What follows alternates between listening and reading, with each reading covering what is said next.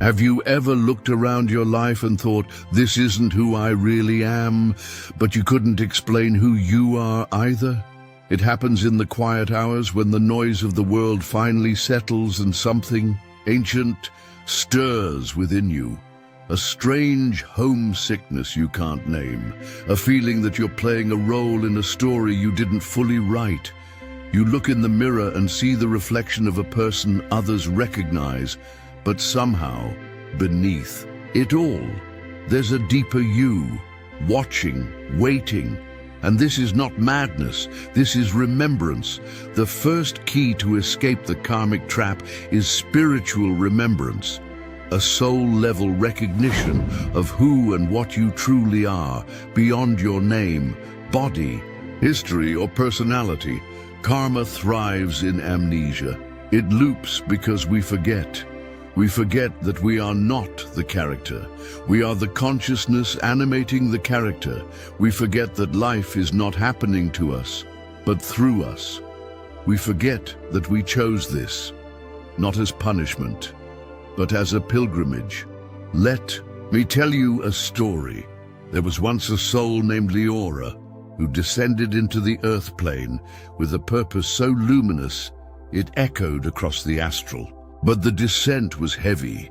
Each layer of density, family lineage, cultural norms, societal expectations acted like veils.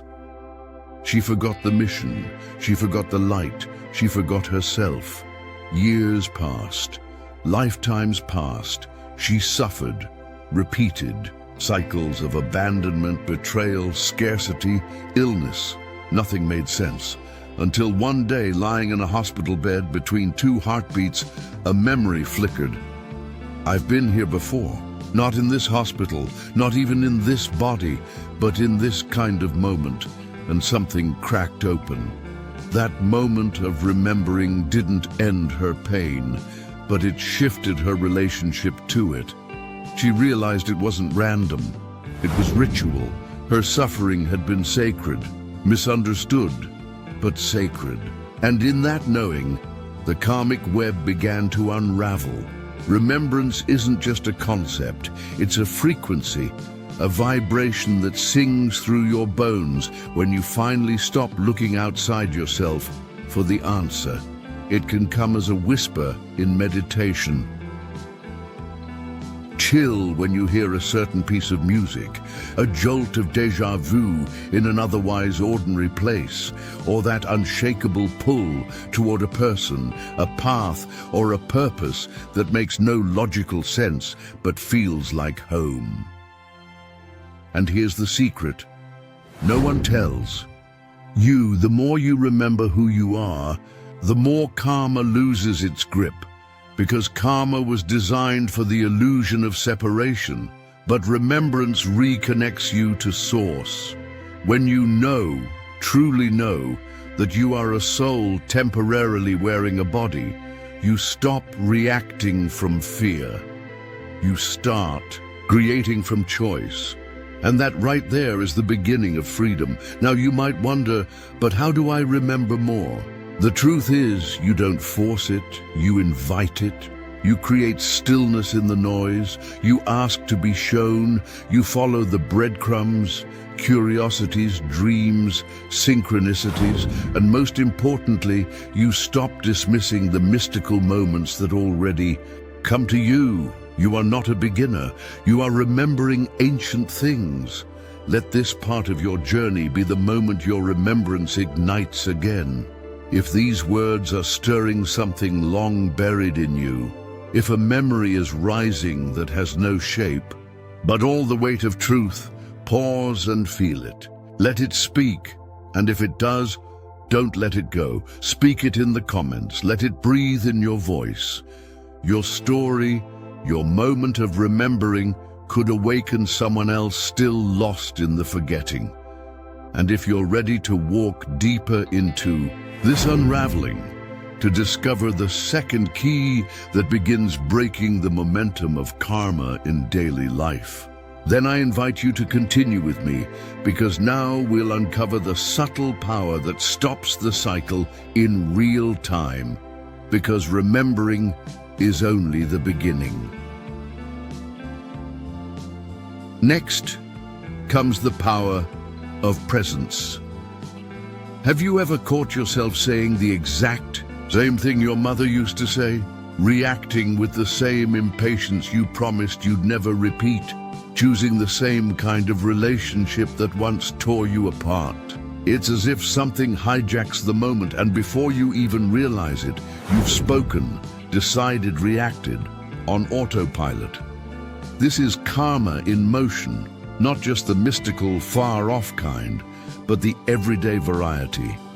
It lives in your habits, your impulses, the grooves of your nervous system, and the only force powerful enough to interrupt it is the second key to escaping the karmic trap: radical presence. Radical presence is not just being in the now.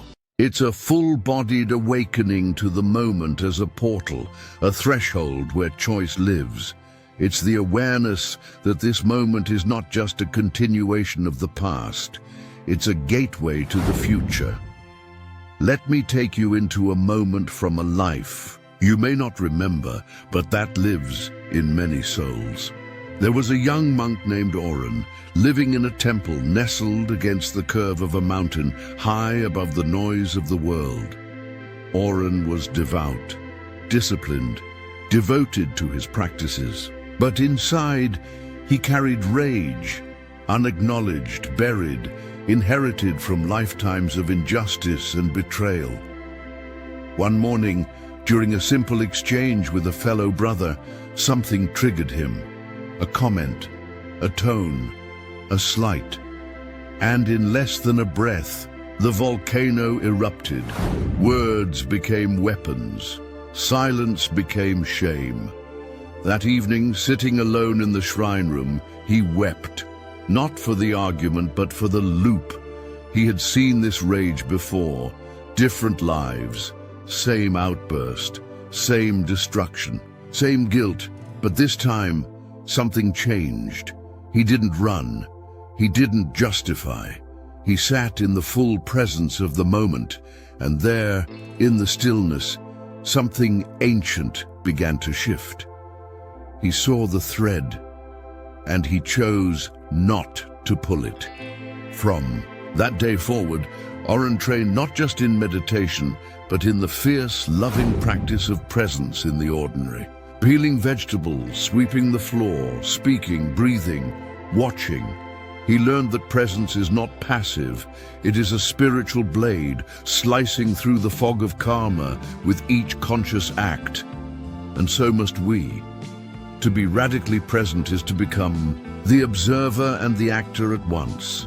It is to watch the moment rising, and rather than letting the program run, to ask, is this me or is this memory? You see, karma has rhythm. It flows like a well-rehearsed song, but presence disrupts the music. It changes the beat. Suddenly, the old melody no longer fits. And in that disruption, you create space for a new sound, your own. In practical life, radical presence is this. It's pausing before you reply to a heated message. It's feeling your feet on the floor before entering a difficult room. It's breathing through a fear instead of numbing it. It's noticing the moment you want to flee and staying. Each time you choose presence over pattern, you're not just being mindful. You're ending a karmic story. You're telling the universe, I choose now, not yesterday. And the universe listens. But presence is not always easy. It demands discomfort, vulnerability, because in full presence there is no hiding, no excuses, just you, naked before the moment. And that's why it's so sacred. When you bring radical presence to your emotions, your relationships, your decisions, you become a sovereign being. Karma has no hooks to latch onto when you are fully here.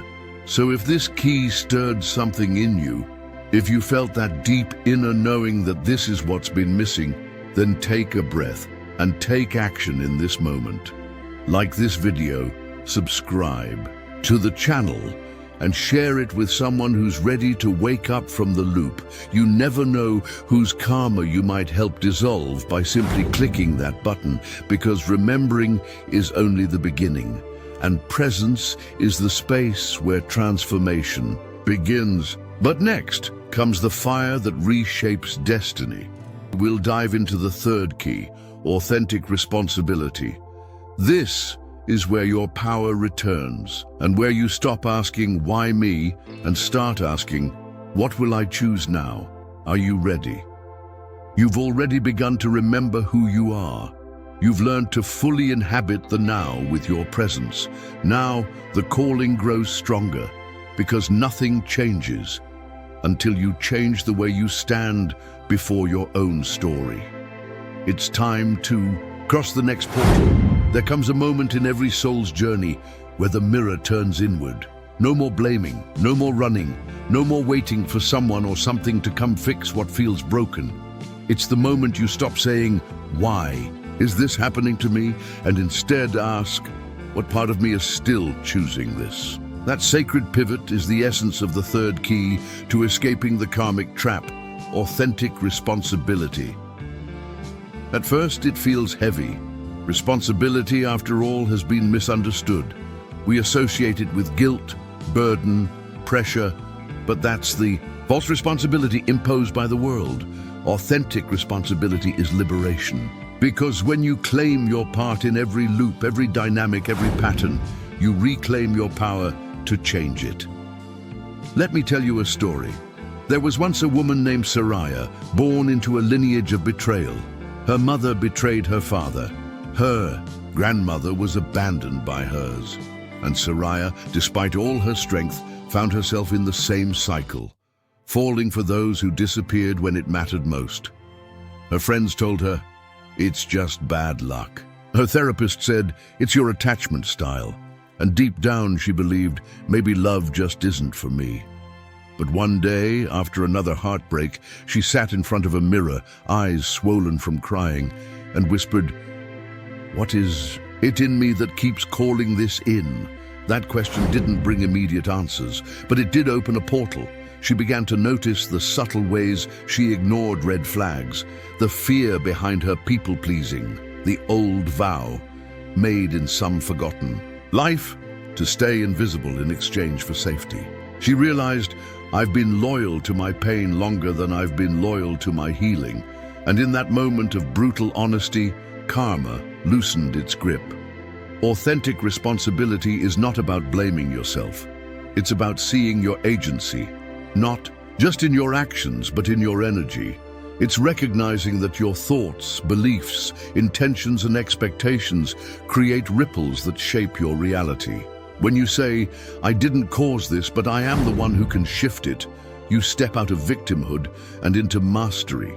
You begin to track your own frequency. You notice where your no is really a yes, where your silence is agreement, where your fear is shaping your choices more than your soul. This is advanced soul work, and it's not for the faint-hearted. But here's the reward. Once you embrace authentic responsibility, you no longer wait for life to change. You become the change. You stop handing your power to people, systems, parents, partners, past lives. You call your fragments home. And from that wholeness, you can rewrite everything. In daily life, this key looks like saying, "I chose this," even if unconsciously. Owning your role in conflicts, not just their outcomes. Refusing to play the martyr or the rescuer. And choosing actions that reflect your future, not your past. Because the moment you stop replaying the old story, you begin authoring a new one. Now, if this key is landing deeply for you, if you feel that soul-level resonance, the kind that brings both discomfort and awakening, that's a sign that you're ready to stop circling. Ready to stand still, see clearly, and take sacred action. So I invite you to pause, breathe, and ask, where am I still outsourcing my power? What truth am I now ready to own? And if this message is stirring something in you, leave a like, subscribe to the channel, and share this video with someone who's ready to take their power back too. Because karma doesn't dissolve through blame, it dissolves through ownership. Now, what happens once you stop blaming the world and start choosing from your center?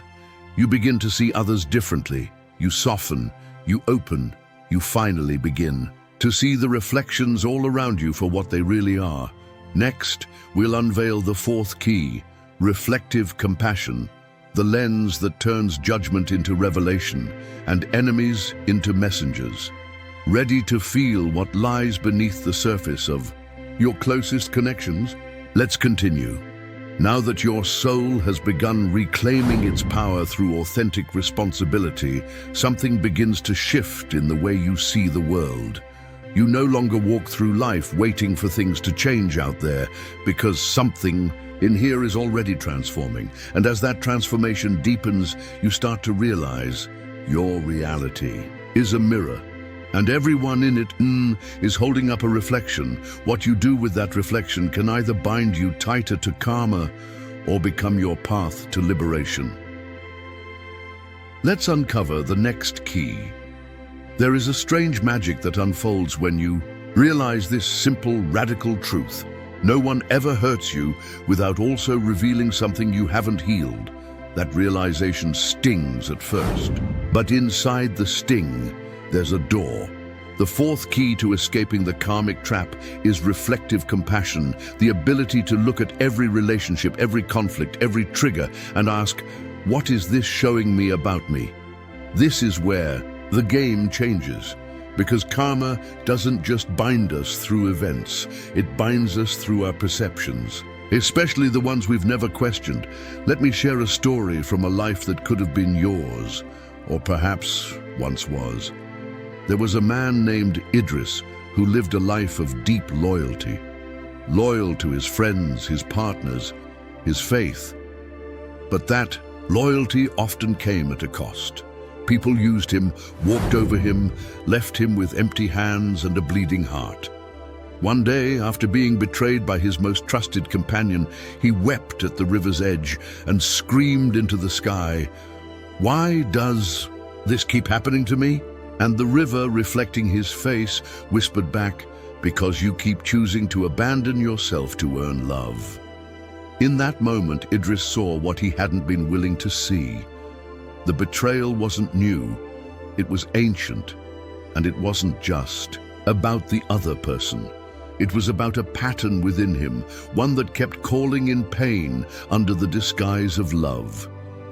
From that day forward, he made a vow, not to close his heart, but to see every interaction as a reflection. And with each reflection, he softened, he grew. He no longer asked, "Why are they like this?" He asked, "What part of me created space for this to exist?" That is reflective compassion. It's not about tolerating abuse. It's not about spiritual bypass or blaming the victim. It's about stepping into a higher octave of consciousness where judgment dissolves and revelation emerges, because what we reject in others is often what we deny in ourselves. That arrogant boss? Maybe it's touching the part of you that's afraid to own your power, that clingy friend. Perhaps it's a mirror to your own fear of abandonment, that cold, distant parent. Maybe it's reflecting a part of you that closed off a long time ago. Reflective compassion asks us to go deeper, not to excuse, but to understand, not to defend, but to dissolve. In daily life, this key lives in those moments when you're triggered, and instead of reacting, you breathe, step back, and ask, what's really happening here? What is this waking up in me? And in that pause, karma loses its footing. The loop begins to fray, because once you see the mirror, you stop breaking it, you start polishing it. You begin using it, not to admire or to blame, but to transform. And slowly, those who once activated your pain become your teachers. You stop taking everything personally. You see that we are all trapped in our own karmic spirals, and sometimes our spirals meet, not to destroy, but to awaken. So if this key is reaching into your heart right now, if you're seeing old dynamics through a new lens, if someone's face is flashing in your memory as a teacher you never expected, know this. You're already doing the work. The mirror has already begun to clear. And if this message has shifted your perspective even a little, I'd love for you to leave a comment below. Let me know which reflection has been the hardest or the most healing for you to face. Your voice may give someone else the courage to look at their own mirror with softer eyes. Now, what happens when we begin to make new choices, not out of fear or habit, but from true, soul-aligned freedom? That's where we're headed. Next, we'll explore the fifth key, conscious choice, and learn how to stop repeating old roles and start shaping your reality with intention, not karma. Are you ready to choose differently? Let's keep going. It's time to cross the next portal. If karma is a river, then unconscious choice is the current. It pulls you along through repeated heartbreaks, financial patterns, old fears, family legacies, without you even realizing that you've been swept downstream, until one day you stop, you look around and you ask, why am I still here? The answer, because you haven't made a new choice yet. The fifth key to escaping the karmic trap is conscious choice, the art of choosing not from your past, but from your presence.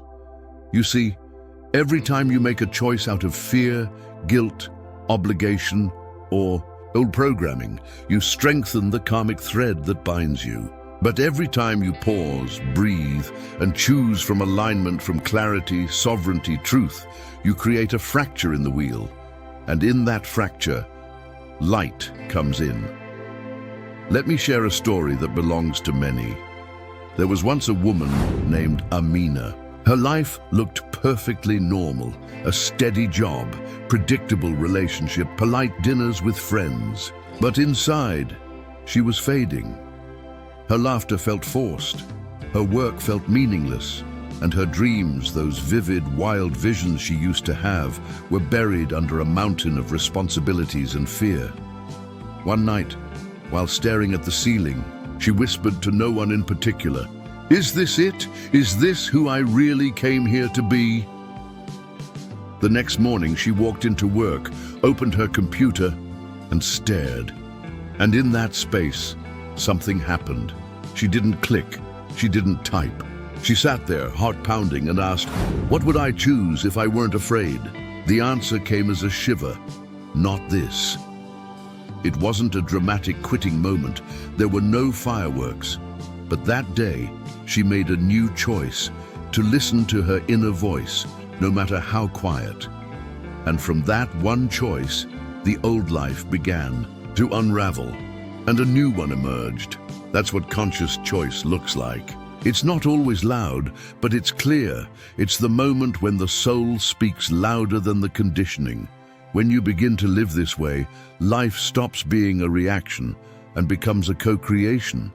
You stop saying, "I have to," and start asking, "What aligns with who I'm becoming?" You stop choosing partners out of loneliness, jobs out of fear, identities out of survival. You begin to choose from the version of you that already exists on the other side of healing. And every time you do, karma loses momentum, because karma relies on repetition, but your soul thrives in evolution. In practice, conscious choice is the pause between impulse and action. It's the breath before you say yes or no. It's asking not what do they want, but what do I truly want from my center? And most importantly, it's knowing that you're allowed to choose again. You're allowed to change your mind. You're allowed to course correct. There's no karmic law that says you must suffer through the story you wrote before you remembered who you are. In fact, the moment you make a choice based on truth, not fear, you step out of the old script. You begin writing new chapters in real time. So if this key is resonating with you, if you feel the pull to make different choices, but you've been scared to start, let this be your sign. The wheel turns only when you let it. You can walk away. You can say no. You can choose something radically aligned with your soul. And if this part of the journey is lighting something up in you, if you're ready to start choosing from a place of truth and not trauma, please like this video, subscribe to the channel, and share it with someone who's standing at their own crossroads. Your single click may ripple out further than you know. Now that you've remembered who you are, learned to pause in presence, reclaimed your power, seen the mirrors in your relationships, and begun to make conscious choices, you're about to discover what happens when you live in truth but hide from it at the same time. Because next, in part 6, we'll explore the 6th key, embodying your truth, and what it really takes to stop betraying yourself. And finally, stand fully in the light of who you are. Are you ready to take the mask off? Let's continue. You've remembered who you are, you've chosen presence, you've reclaimed responsibility, you've looked into the mirror of others, you've started making new conscious choices. But what happens when those choices ask you to change your life? To speak truths that others won't understand? To be seen in ways you've spent lifetimes avoiding? That's where most people hesitate. Because remembering your truth is one thing, living it is another. You can know the truth and still not live it. You can feel the call, sense the misalignment, hear the whisper of your soul, and still smile politely. Say yes when you mean no. Stay quiet when you want to roar. This is the quiet tragedy of karma, when the soul awakens but the mouth stays shut, when the body stays in the job, the marriage, the routine, long after the spirit has outgrown it. The 6th key to escaping the karmic trap is embodying your truth. Because karma isn't broken by what you know, it's broken by what you live. Let me tell you a story. There was once a healer named Eleni, born with a rare gift. She could feel other people's wounds in her own body, but growing up she learned to hide it. Her family feared her sensitivity. Her teachers mocked it, and so she buried her knowing. She trained as a nurse, quiet, dutiful, respected. But every night after her shifts, she'd sit by the window and cry, for reasons she couldn't explain. Not sadness, something deeper, a grief for the self she had locked away.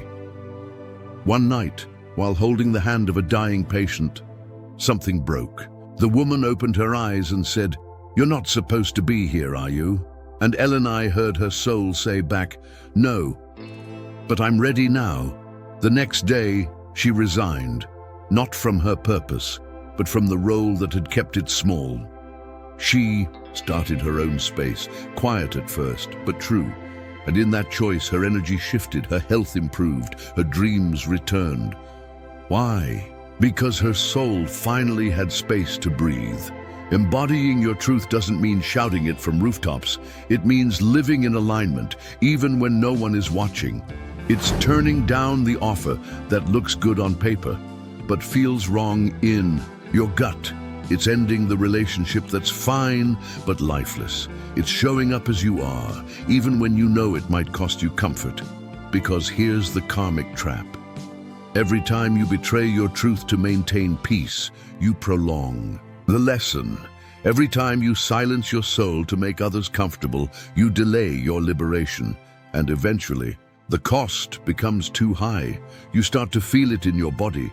Fatigue, anxiety, tightness in your chest. You feel it in your spirit. Numbness, resentment, that subtle ache of something's missing. But when you start to live your truth, however small, however trembling, you send a signal to the universe. I'm done pretending. And the universe responds. Doors open. Old timelines collapse. Synchronicities flood in. Not because you forced anything, but because you finally aligned your outer life with your inner knowing. So ask yourself now, where am I still pretending? Where am I still choosing comfort over authenticity? Where have I made my truth small to fit inside someone else's story? And then, one step at a time, begin to live differently. Even if your voice shakes, even if no one claps, even if you have to walk alone for a while, because the soul cannot be fully free while living a life it doesn't recognize. And if this message stirred something inside you, if it gave you the nudge to finally stop hiding, then I invite you, like this video, subscribe to the channel, and share it with someone who needs the courage to be fully seen. Your courage might be the exact permission someone else has been waiting for. Now, what happens after you start living your truth, but still carry the parts of you you've buried, denied, or shamed? That's where we go next. Because in part 7, we'll dive into the 7th key, shadow integration, and face the forgotten parts of ourselves that hold the deepest keys to freedom. You've brought your light into the world. Now, are you ready to meet your shadows? Let's go deeper. You've awakened, you've remembered, you've reclaimed your power, you've seen your reflections, you've made new choices, you've begun to live your truth, and now the shadows begin to stir. Not to punish, but to be seen. No soul can truly escape the karmic trap until it turns and faces the parts of itself it has tried to exile. The parts that were silenced in childhood, the parts that were shamed in relationships, the parts that were denied in lifetimes of religious guilt, societal expectations, spiritual bypassing. The 7th key is shadow integration, the radical, holy act of sitting with the parts of you that have been hidden in the dark and saying, you too belong. See, karma isn't only shaped by what we do, it's shaped by what we refuse to feel. Every abandoned part of you becomes a karmic echo, drawing in situations and people that reflect what you're still running from. Let me tell you a story. There was a soul named Kyle, a man who had done everything right on the surface. He was spiritual, compassionate, generous. He meditated, he journaled, he said all the right words, but he couldn't keep a relationship. He sabotaged intimacy. He couldn't handle confrontation without shutting down or lashing out. He thought he had a wound, but what he had was a shadow, a fierce, neglected inner child who never got to be angry, never got to say no, never got to be messy or loud or afraid without being punished for it.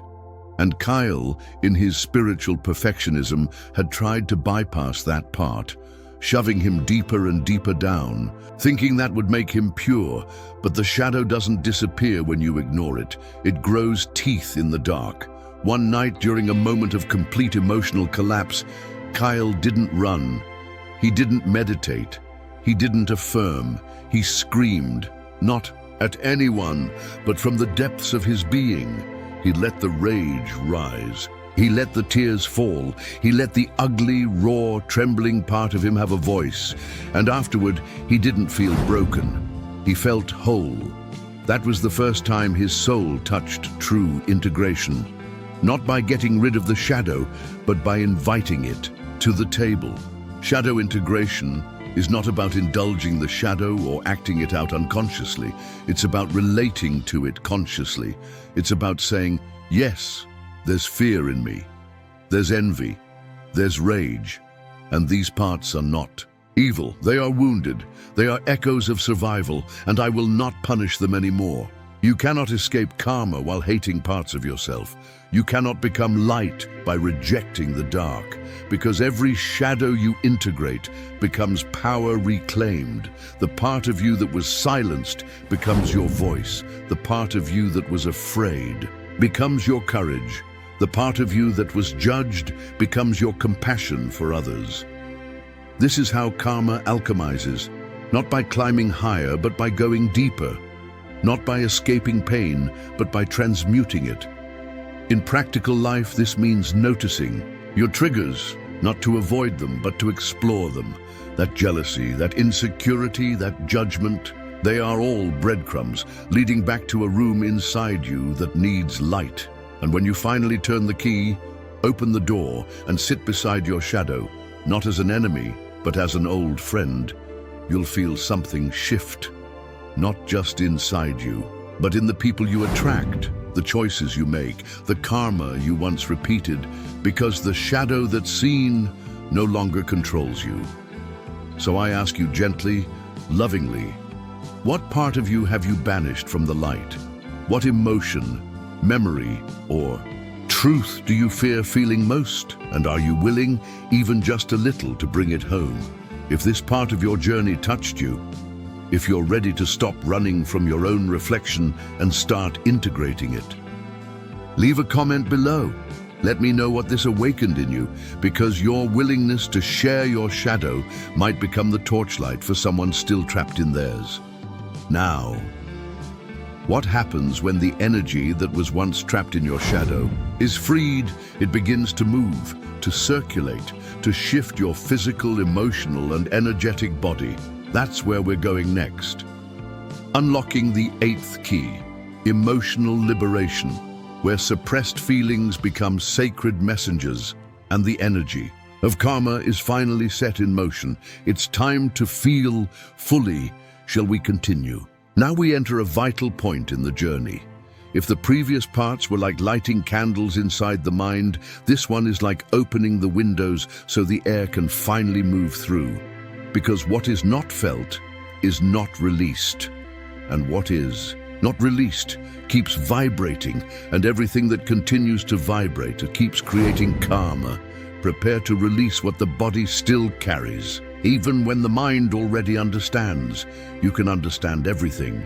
You can do the inner work, watch the videos, read the books, journal every morning, and still feel stuck. Why? Because understanding doesn't move energy, only feeling does. The 8th key to escaping the karmic trap is emotional liberation, the sacred, often uncomfortable process of allowing your body and soul to finally express the energy you've spent lifetimes suppressing. See, emotions are not enemies. They're not signs of weakness. They are messengers. They are vibrations.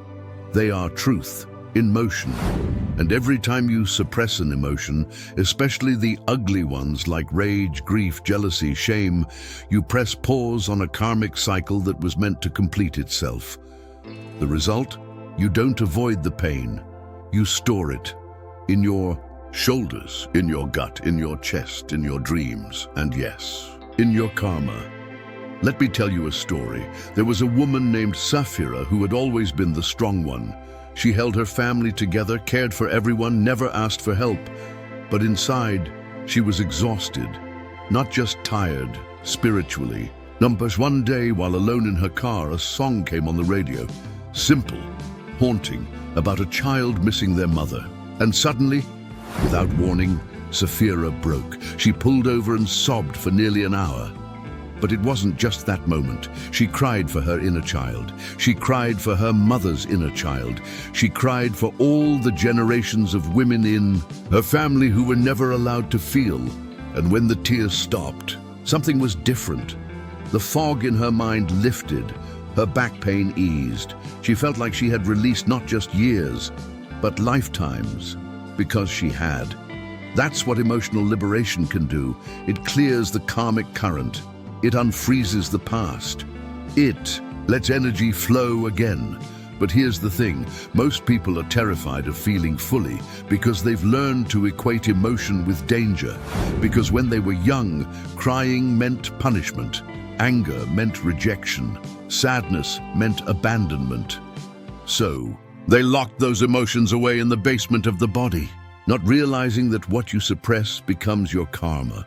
But what you feel, fully, consciously, without judgment, becomes your liberation. Emotional liberation is not about drama. It's not about being ruled by emotion. It's about giving the soul permission to complete the emotional cycles it was never allowed to finish. It's crying without apology, screaming into a pillow if you need to, writing the letter you never send, dancing like grief is moving through your limbs, letting rage have a voice, not to hurt, but to be heard. You don't need to fix the emotion, you just need to feel it through, because at the end of every emotion that was once feared is a gift. At the end of grief is clarity. At the end of anger is boundary. At the end of shame is innocence. At the end of fear is freedom. The karmic trap is not that you feel too much, It's that you haven't yet felt enough to let it go. So I ask you now gently, what emotion have you been storing? What have you silenced to survive? What pain, if felt, would finally free you? Even just the intention to feel it that begins the release. If this message resonated with your body more than your mind, if it awakened a tightness in your throat or a stirring in your chest, that's the soul saying, yes, this is the key I've been waiting for. So breathe and trust it. And if you feel that this message could help unlock someone else's heart, if you know someone who has been holding back tears for years or silencing their rage just to keep the peace, then like this video, subscribe to the channel and share it. You never know whose healing may begin from this exact key. And now, what happens when your emotions are freed and you begin to feel safe in your body again? What if your body is not just a vessel, but a map, a memory keeper, a sacred mirror of your karmic path? That's what we'll explore next. The 9th key, reconciliation with the body. You've remembered your soul. Now, it's time to come home to your physical temple. You've cried, you've screamed into pillows, you've felt your emotions swell and break like waves against the shores of your soul. And now, you begin to realize something strange. Your body was never just along for the ride. It has been guiding you, storing you, waiting for you the entire time. The 9th key to escaping the karmic trap is reconciliation with the body. Because no matter how awakened your mind becomes, if you are still disconnected from your body, the karma lives on. See, the body isn't simply where you experience life, it's where you hold it. Every memory, every belief, every moment of unprocessed pain gets stored, and what's stored becomes a vibration. What vibrates attracts, and what you attract becomes your karma. You can't just think your way out. You have to return to the sacred flesh and bone that has carried your soul through lifetimes. Let me tell you a story. There was a dancer named Mira. In her youth, she felt wild, radiant, fluid in her skin. But after a traumatic loss, she stopped moving altogether. Not just physically, emotionally, spiritually. She stiffened. She gained weight. Her back hurt. Her breath stayed shallow. Her passion dulled. Years passed. She called it aging. She called it grief. But one night, while alone in a studio, she put on an old piece of music, one that used to set her soul on fire, and something unlocked.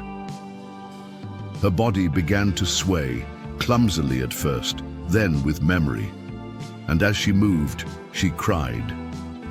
Tears. From a decade ago, from another lifetime, from a part of her that had waited in silence for too long. That night, she didn't heal everything, but she reconnected. Because your body isn't something to control, fix, or punish. It's something to listen to love, to include in your awakening. So many spiritual seekers try to ascend up and out of the body, but ascension doesn't happen by going higher. It happens by going deeper into what you've been avoiding, and the body is where avoidance always ends up. Your chronic fatigue? It might be unspoken truth. Your digestive issues could be decades of swallowed anger. Your neck pain, possibly. The weight of responsibility you never asked for. The karmic trap settles into the tissues when we do not let the body complete what the soul has carried. Reconciliation with the body is not about aesthetics. It's not about control, it's about relationship. A relationship where you check in daily, where you ask, what are you feeling, body? What are you asking for today? What needs to be softened? What needs to be moved? Sometimes the answer is movement, sometimes rest, sometimes water, sometimes dancing alone in your living room until something breaks free. This is how the body releases karma, through conscious care. When you stop punishing it for being tired, when you stop numbing it to avoid pain, when you stop treating it like a problem to be solved, you begin to hear its sacred language again, because your body is your partner in liberation. It will hold you until you're ready. It will whisper until you're willing to hear, and when you finally return to it with tenderness, it will open. And inside that opening, karma begins to unravel, organ by organ, breath by breath, truth by truth. So now I invite you to ask yourself, where in my body have I stopped listening? What sensations have I been overriding or dismissing? What might shift if I made peace with my physical self today?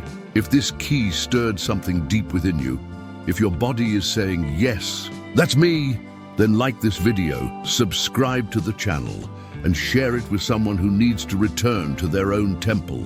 Because the body is not your enemy, it is your sacred ally.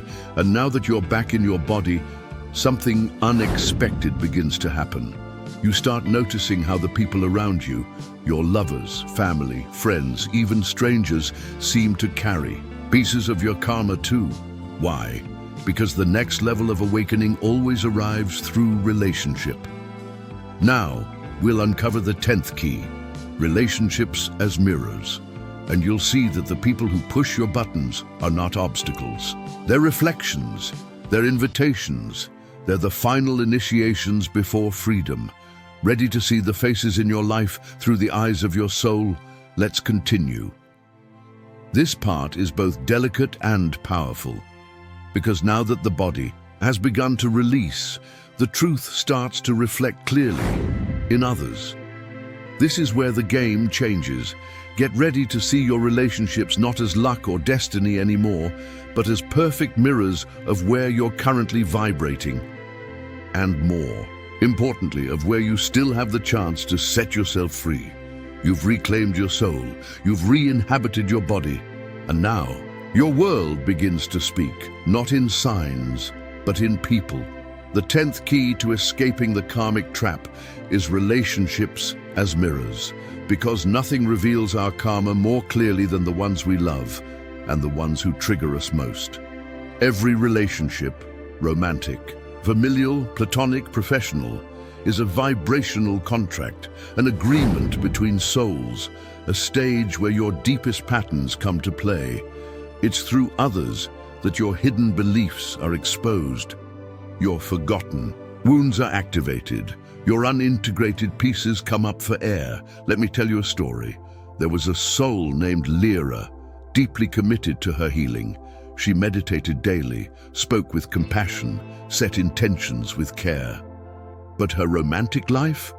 A disaster. She kept attracting emotionally unavailable partners, ones who ghosted her, withheld affection, or loved her just enough to keep her hoping. For years, she blamed the world. There are no conscious men. She tried affirmations, she tried detachment, she even tried pretending she didn't care. But the pattern didn't break until she asked herself, what if they're not the problem? What if they're the mirror? That one question cracked the cycle open. She realized she had a core wound, buried deep, telling her that love must be earned, that she needed to prove her worth.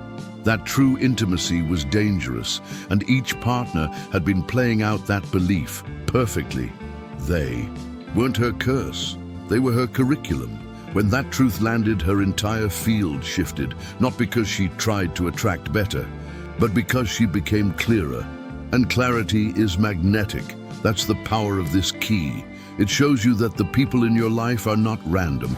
They are reflections, often uncomfortable, sometimes beautiful, always revealing.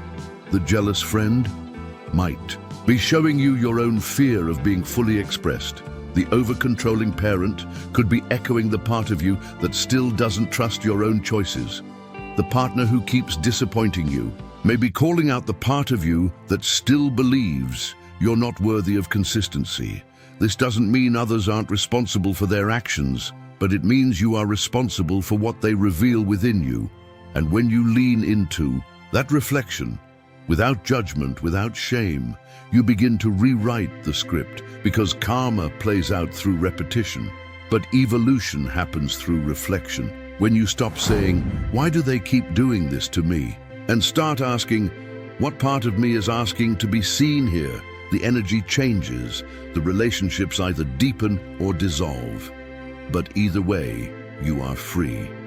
And this key doesn't just apply to difficult connections. Even the people who love you well, who support you, believe in you, hold space for you, they are reflections too. They are mirrors of how far you've come, of what you've healed, of the soul tribe you've begun calling in through resonance, not desperation.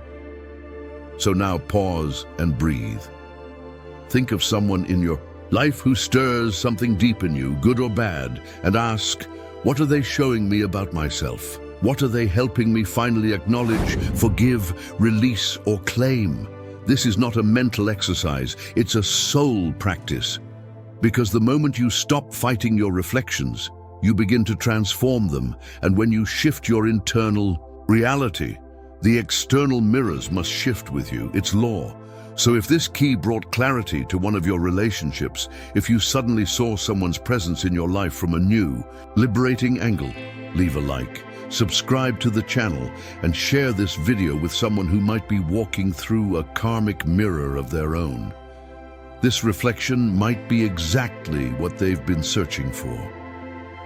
And now, once the mirrors clear, the signs appear. You begin to notice them everywhere, in numbers, in dreams, in whispers of timing too perfect to ignore. Coincidence fades, and synchronicity becomes your language. Unlocking the 11th key, opening to synchronicity, where life begins responding to your soul's frequency in real time. Ready to start speaking the language of the universe? Let's continue. Now we move forward into the next portal of perception. Because when relationships become mirrors and patterns begin to dissolve, life starts to speak, not in words, but in signs, in repetitions, in synchronicities that seem to align with the exact moments when your soul is ready to move forward.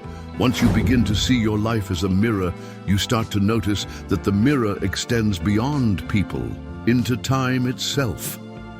The 11th key to escaping the karmic trap is opening to synchronicity.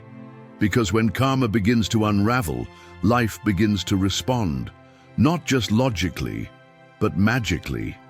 You glance at the clock, 11:11. You think of someone, and they message you.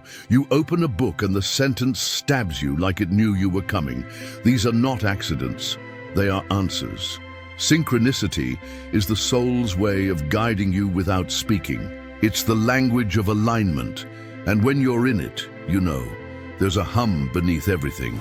The signs appear faster. The time between intention and manifestation shortens. The world becomes a living feedback loop to your vibration. Let me tell you a story. There was a man named Elias who had always been skeptical of anything woo.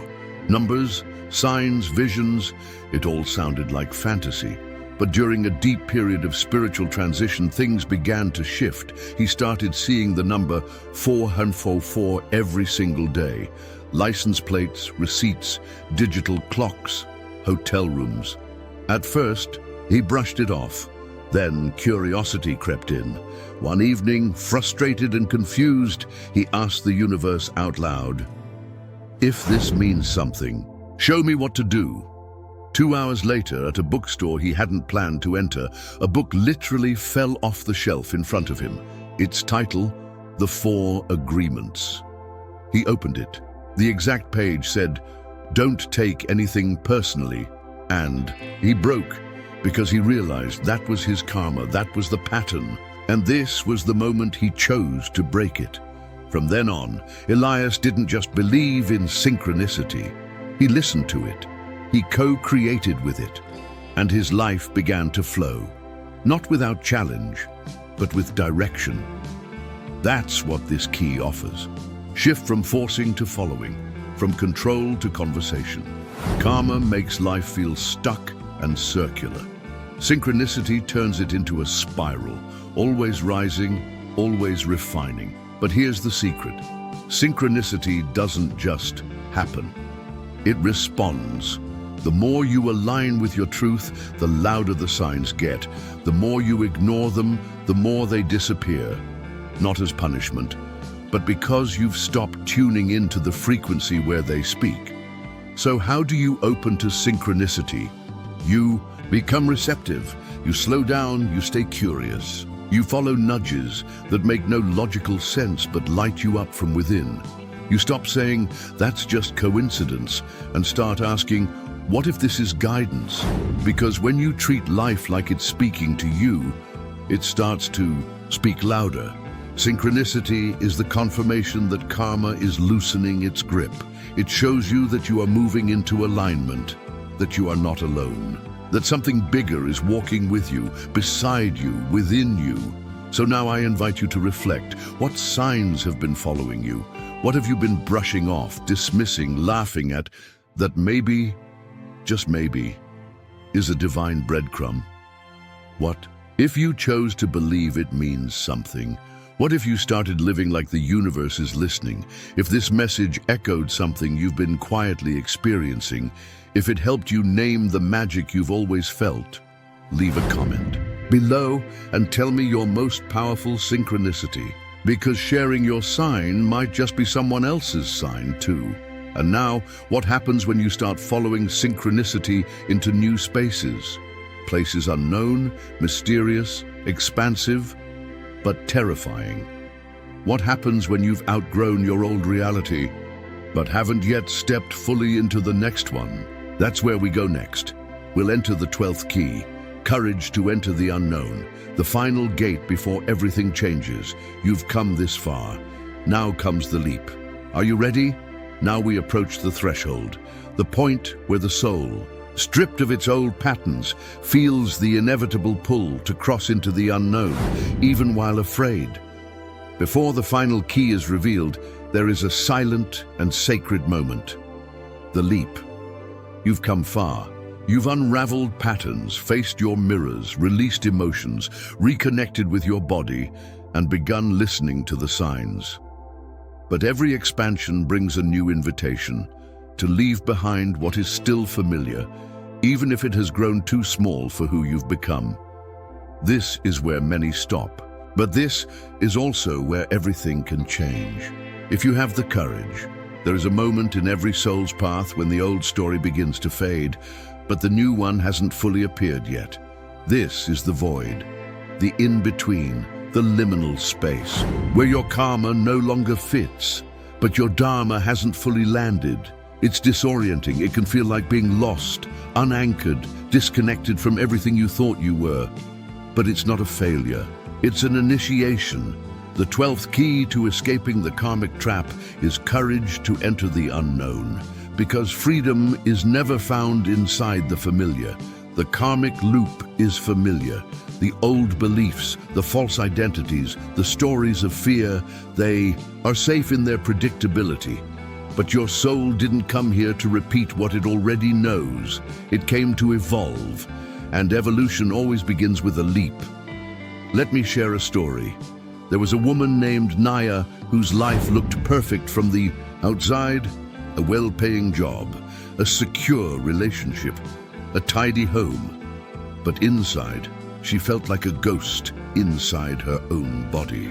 Each morning, she woke with a strange ache, like her life was happening in grayscale. One night, she dreamed of walking through a thick forest. She came to a cliff's edge, and below it, nothing, just mist.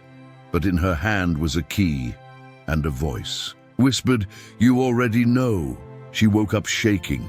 Within days, things started to unravel. Her job became unbearable. Her relationship cracked open, and she felt like everything was being stripped away.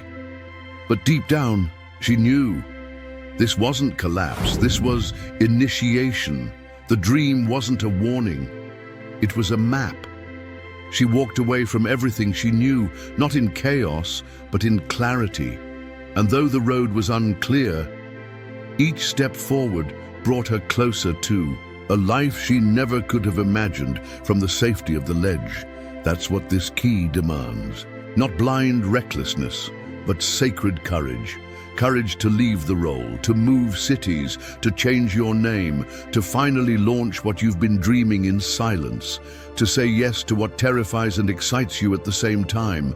Because the karmic trap doesn't only exist in pain, it exists in comfort. in the stories we keep telling ourselves because at least they're familiar. But the soul doesn't want familiar. It wants freedom, and freedom begins where certainty ends. So ask yourself now, where am I still clinging to the known out of fear? What am I being called to walk away from? Not because it's bad, but because I've outgrown it. Courage isn't the absence of fear. It's feeling the fear, hearing the doubt, and walking forward anyway. That's the 12th key. That's the threshold. That's the moment the loop stops being a circle and starts becoming a spiral upward. If this message reached you at a time when everything is shifting, if your inner world is asking for change, but the next step feels terrifying, like this video, subscribe to the channel and share it with someone who's also standing at the edge. Because sometimes courage is contagious, and now you've walked through 12 sacred doors, each one returning you to yourself. But there is still one final key, the one hidden behind all others, the one that dissolves the very foundation of karma itself. Now we'll reveal the 13th key, the hidden thread, cosmic forgiveness, a frequency so deep, so pure that once you feel it, nothing will ever bind you again. Are you ready for the final unlocking? Let's finish this together. Now we've arrived at the most subtle and the deepest revelation, the silent key, the one that doesn't force the door, it simply dissolves the lock. The key that isn't found in the mind, nor even in the body, but in the eternal heart. It is the last, but also the first, the only one capable of breaking cycles we didn't even know we were repeating. Let us open together the space for this frequency. There is a frequency so pure, so quiet, that it goes unnoticed by most seekers, not because it hides, but because it waits. It waits for you to be empty of blame. It waits for you to stop needing a villain. It waits for you to finally see the truth, not through your eyes, but through the lens of wholeness. The 13th key, the hidden thread. Behind all the others is cosmic forgiveness. Not forgiveness as the mind understands it. Not a performance, not a letting go for the sake of moving on. Not a grudging attempt to look spiritual. This forgiveness is a remembering that nothing ever truly went wrong, that no one truly failed you, that even the greatest pain, even the betrayal, even the loss, was part of your soul's sacred design to remember its own light.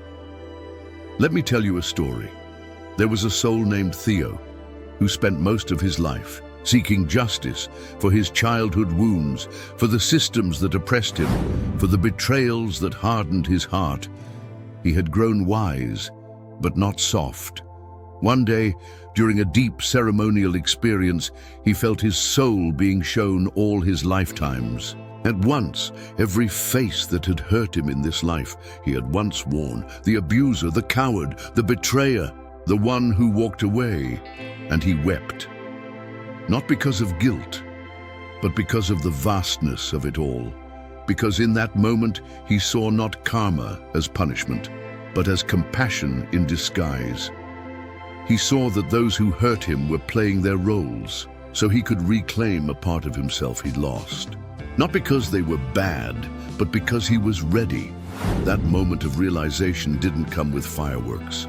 It came with a silence so wide, it felt like the end of time. And in that silence, Theo forgave everything. That is cosmic forgiveness. It doesn't excuse the harm. It doesn't say, it's okay.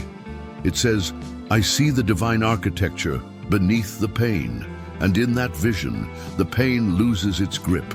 This kind of forgiveness is not something you do. It's something you become, a field you enter when the soul is finally ready to stop spinning in the story and dissolve into truth. And when you step into this frequency, karma collapses. Because karma feeds on judgment, on right and wrong, on good and evil, on who owes who. But in cosmic forgiveness, there are no sides, only sacred roles played in love, so that something eternal could awaken within you. Forgiveness is the ultimate alchemy. It's how you transform wounds into wisdom, attachments into liberation, pain into power, and memory into light. So ask yourself now, who have I not forgiven because I believe they broke something in me? What if they were sent to show me what still needed to be healed, claimed, remembered, and deeper still? What part of myself have I never forgiven? The moment I abandoned myself. The time I knew better but chose safety. The year I went silent. Instead of speaking, can you forgive that too? Because until you forgive yourself, no other forgiveness is whole. This is the 13th thread. It isn't louder, it's truer. And once you feel it, you realize you were never trapped. You were just waiting for this moment to let yourself be free. If this final key touched your soul in a way words cannot explain, if this final key touched your soul in a way words cannot explain, leave a heart in the comments so that I know. And if your heart is still whispering thank you to someone it once hated, that's how you know this key has already unlocked something. Now, one final breath, one final reflection, one final step. Because next, we'll close this sacred journey with a final message, a reminder of everything you've walked through, and an invitation to live as the soul you came here to be. It's not over yet. Let's finish this awakening together. Now, we've reached the end, but not the conclusion. Because this kind of ending doesn't close a cycle. It opens a portal. Portal to a new way of living, of choosing, of existing in the world. This final part is not a key. It is the mirror that reveals who you've become after passing through all the others. Let us take a breath together and then conclude as souls who have awakened. You made it. Not just to the end of this journey, but to the moment your soul has been preparing for over lifetimes. The path through the 12 keys and the hidden 13th was never about learning something new. It was about remembering what was always inside you, buried beneath karma, beneath trauma, beneath stories that were never truly yours. Now you've seen it, felt it, moved it, released it, and now you stand here, wiser, lighter, more you than you've ever been before. But this final call is not about reflection alone. It's about integration, because awakening is not a moment. It's a movement, and it begins in the silence after the insight. So breathe with me now. Let your nervous system register everything you've walked through, the remembering of your soul, the presence in your body, the mirrors of your relationships, the courage to leap, the forgiveness that melted everything you thought was holding you. This wasn't a story. It was a return, a reconnection, a reclaiming, and now you walk forward not as a seeker but as someone who knows. Not because of a belief, but because of an embodied remembrance. You now know how to disrupt the loop. Choose from soul, not survival. See others with compassionate eyes. Listen to the language of the universe. Rest inside your own truth and trust your light even when you're walking through shadow. This is the moment where you stop asking, how do I escape karma? And start living as someone who no longer creates it. And if this journey moved something inside you, if it helped you shed old skin, feel your emotions fully, reclaim your power, don't keep that transformation quiet. Let the energy move. Like this video, subscribe to the channel, share it with someone who is ready to begin their own unraveling, and most importantly, watch the video that's appearing on your screen right now, because it was chosen for you, not randomly, but intuitively, energetically. It's the next frequency. Your soul is ready to receive, and with that, thank you for your presence, for your courage, for your heart. This is not goodbye. This is the beginning of the rest of your life as the soul who remembers.